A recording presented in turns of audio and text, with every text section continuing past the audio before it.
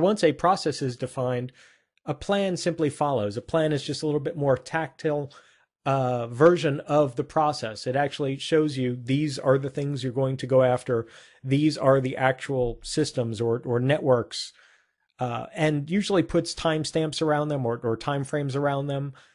Puts days that you're going to be on site or off site, days you might need an auditor to follow you around if you're doing physical security audits and so forth. It actually scopes that out in a little bit more precise detail, puts a little bit of a tactile feel to it. Continuing the conversation a little bit about the authorization for the assessment and support for the assessment. These are key components that I find I will not actually start an assessment without. First of all, they have to be from an officer of the company or some type of person that actually has the ability to authorize this. It doesn't just mean random IT person number 712 or this manager or that director. It means it's quite possible that this random IT person or this first tier IT person does have the ability to authorize a penetration test, and that's fine. I just want to ensure that whoever signs this, whoever actually provides written authorization, is able to provide that kind of authorization. And usually I just start taking it up the chain to ensure that someone actually is properly authorized. Very, very often it's an officer of the company or someone that has a significant owner stake in the company. Those are the people that typically can sign for this. Depending on the business itself, the type of business, and the process that the business follows, often this has to be someone on the board of directors or someone in a chief executive officer kind of role. Whatever it is, doesn't really matter to me as long as I've got the authorization. The trick here is not to begin any of this process before I have that in my hand. Otherwise, I may be violating the law. I may be violating their process. I'm certainly not signing up for success in that case. And this sign-off really needs to have a bunch of these things that I've got on this slide in place. First of all, they need to tell me that they are authorized to give me permission to do what is in this document. Obviously, if they're not authorized to tell me to do it, then we go back to square one. So they're stating, I am authorized to do this, or authorized to authorize you, essentially. I have permission to authorize you, and I am authorizing you based on the scope that we've defined, the deliverables that we've defined. I am telling you that I'm not going to sue you for doing what I'm telling you to do. A lot of times that will come from an attorney or an insurance company that has a liability policy on you for this kind of work. Another one that's interesting, this fourth sub-bullet here, definition of who receives deliverables, is really important up front. Because often when you get to senior management for authorization, they'll say something like, I want you to deliver your report to me and me alone, and I'll decide who gets it. And if that's the scope, that's great. But that means that you're not going to be giving your report to the IT staff. You're not going to be giving your report potentially to the person that's managing your engagement. And that's a little bit awkward. You should be prepared for that right up front to understand who gets this information and who doesn't. And it may feel very strange working with someone for days or weeks or months and then not giving them the report or being able to talk about it.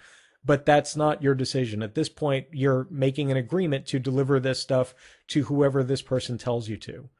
And in most cases, it's a case of, I just want to look at it before you give it out to the rest of the folks, or I want to hear your presentation before I authorize you to present it to the rest of the staff.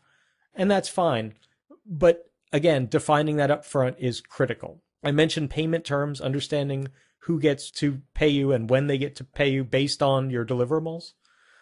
Who you should contact in case of emergency. I think I've covered that quite thoroughly. And defining when to use it, when to make that call. Error on the side of calling, error on the side of don't calling. Error, does this person actually know that there's a penetration test happening, that there's an ethical hack going on or not? That's a great piece to know as well.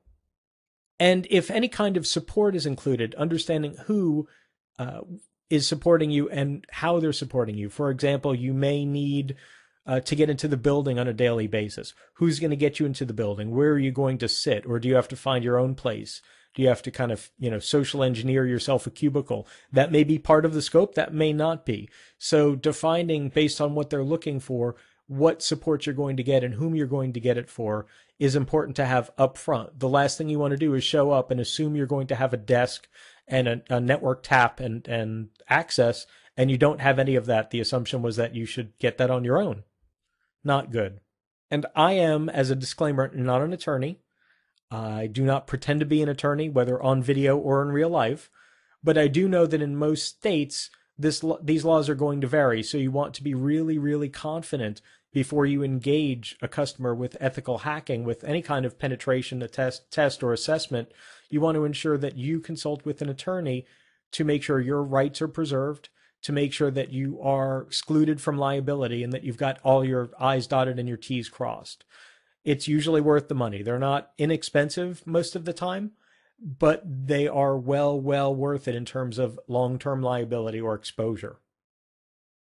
So you've got your plan, you've got your process, you've got an agreement signed and reviewed by an attorney and maybe revised and signed and all that stuff. And that can take days or weeks, sometimes months. And now it's time to actually do the security assessment, to perform the tests that you've learned about. Step number 1, follow the plan. What the plan says and the scope says, you follow those to the letter. Never, never, never exceed the scope.